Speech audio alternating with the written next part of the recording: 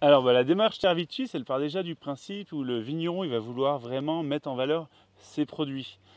Ses produits et le lieu où il habite, ses vignes, enfin voilà, il veut faire vivre vraiment son domaine. Et à partir de là, donc, il y a un cahier des charges, on est appuyé par une équipe technique Terra Vitis. Les audits, il ne faut pas avoir peur, c'est pas un examen comme on peut passer le permis de conduire ou un bac.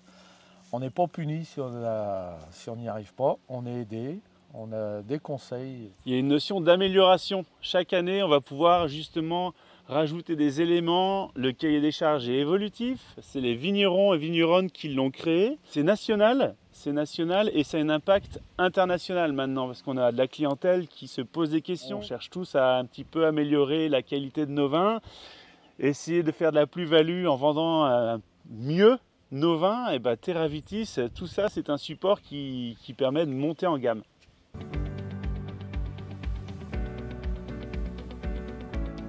Moi, je suis installé depuis 2003.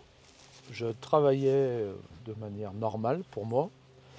J'ai eu une demande d'être dans Terra Vitis. Beaucoup de gens auraient pu avoir peur, mais quand j'ai vu le cahier des charges, c'est exactement la même façon que je travaillais avant. Ça m'a rassuré de ma manière de travailler mes vignes et mon vin.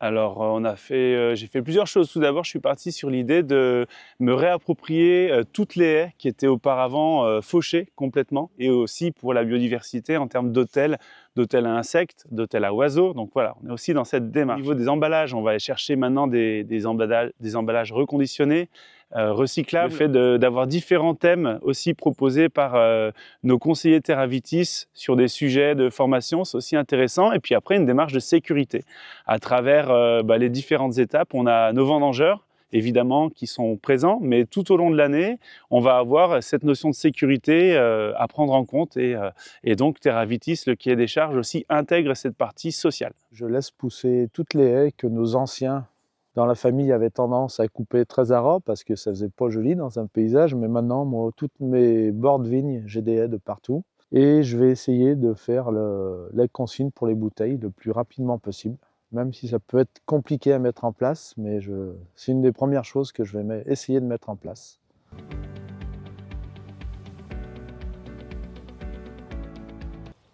Respect nature. Et puis une notion aussi collective. C'est une démarche pour le client, par les viticulteurs.